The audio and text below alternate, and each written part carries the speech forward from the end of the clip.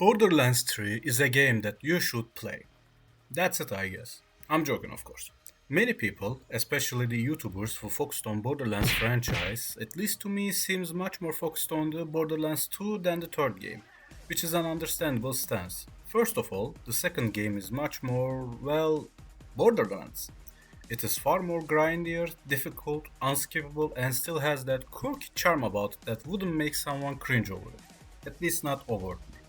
But still, even with all these positives I listed, finishing a character to the max level in that game made me admit to Arkham Asylum, while I had no problem keep playing and grinding through the third game. Which is why, instead of a legendary game that everyone knows about, I decided to review the successor, Borderlands 3. Real quick about the rules. I'm doing this more as an experiment and I don't mean to be coming off as arrogant from it. This review is, as the name suggests, from my point of view. I usually separate my reviews into different parts, which will be in this one too: gameplay, story, guns, music, DLCs and characters. If my speech come off as weird, it's because I'm not a native speaker. Also, don't forget to leave a like and a sub if you like this video. Thank you. With the rules out of the way, let's start with the first category, the gameplay. Borderlands 3 is an FPS looter shooter with heavy emphasis on the loot. One of the main gripes the people had about this game when it first came in 2020 was that there was too many unnecessarily underleveled loot that was nothing more than slot holder for money, which is a fair critique of the game. I mean, the moment you kill a boss and you see the literal rain of things dropping off of it, it feels amazing. The colors and the shinings and all the other things the mobile gaming games do to keep you stimulated. But the moment you collect only the good things and take a look at the other things, it does feel a pretty quick withdrawal from the experience. Of course, this was just one piece I wanted to make. Somewhat of a complaint, you might say. On the other hand though, this game is both bigger and faster than its predecessor. The kill times don't feel like bullshit, other than the enemies with immunity phases like bosses. The maps are full of things you can do as side quests. Usually these activities don't take much time and can give you some good loot for your troubles. The character customization are a mixed bag for me. I think default characters have a pretty good set of costumes to switch and drip out of, but there are also DLC cosmetic packs which I hate as a practice, especially for the price, bro. What the hell? There are also side quests in the game, which, if I'm gonna be honest, feel more like a one-time thing that you do and then never look at again. They aren't bad. Many of the side quests, in my opinion, add to the worlds, environments, and the lore of this crazy franchise, but they are not funny, not necessarily good written, and usually the rewards aren't all that great either. Like I said, they aren't bad on your first playthrough with the first character. But then by the second one, I struggle to even remember one that is a must. And some of them directly suffer from the millennial humor this game is going for, which is not funny at all. It is completely ruining the vibe! So yes, this is the best and shortest way I can explain the gameplay probably. Hopefully it's kinda difficult, please don't hurt me. The story of the Borderlands, it's kind of hard to explain because, there are 4 games about it and more. But here goes nothing. Basically, in this futuristic universe, gun manufacturers, rich as hell companies stumble upon an alien civilization's relic called the Iridians and made their weaponry based on their design. The Iridians were also made giant structures which were named vaults that hide monstrosities and all that other things which I won't be saying here. I'm only here for the notes and not for the rest. So anyway, in this universe, there are also something called sirens. Sirens are basically the superheroes of this universe as the entire plot always revolves around them. The sirens, having a deep connection with the previously stated Iridians, are also the only people that can charge a vault key and open them up. In this game, we meet up with all 6 of them. One can be chosen as our own, one is Lilith, and the rest is spoiler, which is why I'm restraining myself from spilling the beans.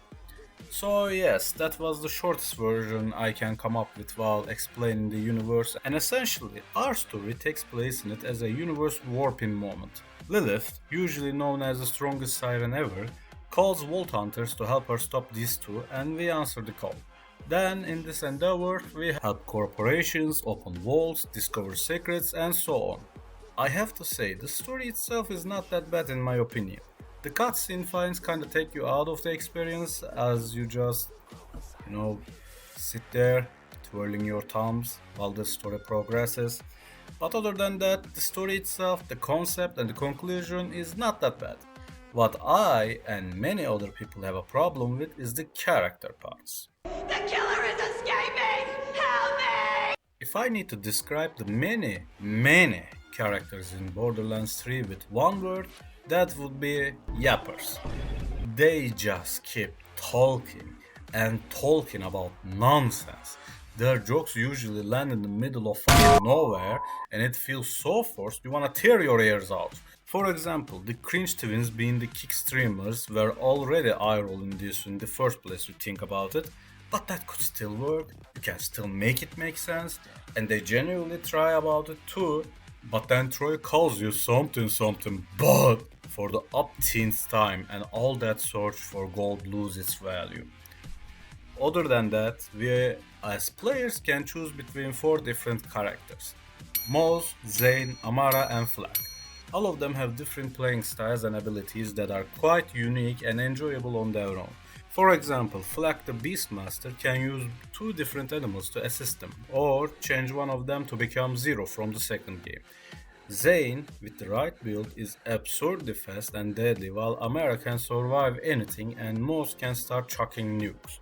I cannot go through every available playstyle because that will take literal hours, but you get the gist of it. While we are on the topic of it, the most known part of the Borderlands franchise: guns. There are over 1 billion weapons in this game with procedurally generated manufacturers, which changes the weapon's damage, handling, fire rate, etc. Almost 300 of those are legendaries, and boy did the devs have fun with these weapons. Keeping it short, there are everything from hamburger shooters to Doom Eternal shotgun.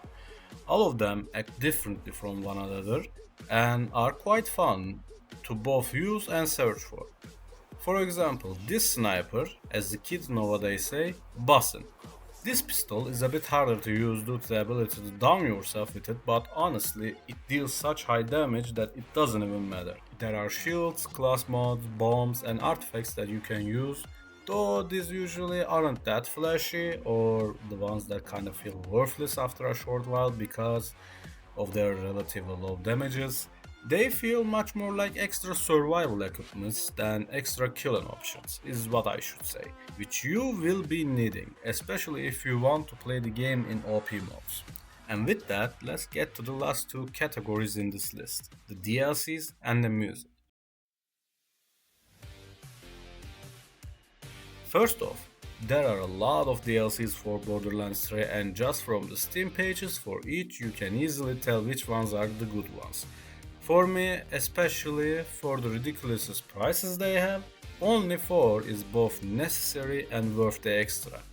These are the 4 story DLCs: Bounty of Blood, Guns, Love and Tentacle, Moxie's Heist of the Handsome Jackpot, and lastly, Psycho Creek and the Fantastic Fluster Club. All of these DLCs add to the experience as new stories, locations, weapons, side quests and so forth. Krieg 1 is the weakest between these 4 since it was developed around the pandemic, but even then it has a good enough story to keep one's interest. Lastly, the soundtrack is great. Jasper once again shows why he is the GOAT, as every different area has a unique place in the soundtrack just as every boss has a different one. I especially love Sanctuary 3. It's such a smooth and relaxing music while you try to close your ears from Lilith or all the others around there yapping. A great track for the place you will spend your time the most. So, this was the Borderlands 3. Another legendary game in the franchise that didn't hit as hard as the second one in a lot of people's eyes. Shortcomings with the story and the character sabotaging what it could be. Which is why there is something I want to show you as a last minute adjustment for your later playthroughs. The dialog skipper mode. It does exactly what it says and it's easy to download. The animated movements still need to be finished, but silence is a peace of mind. Goodbye, and I hope you find a random 20 on the ground while walking.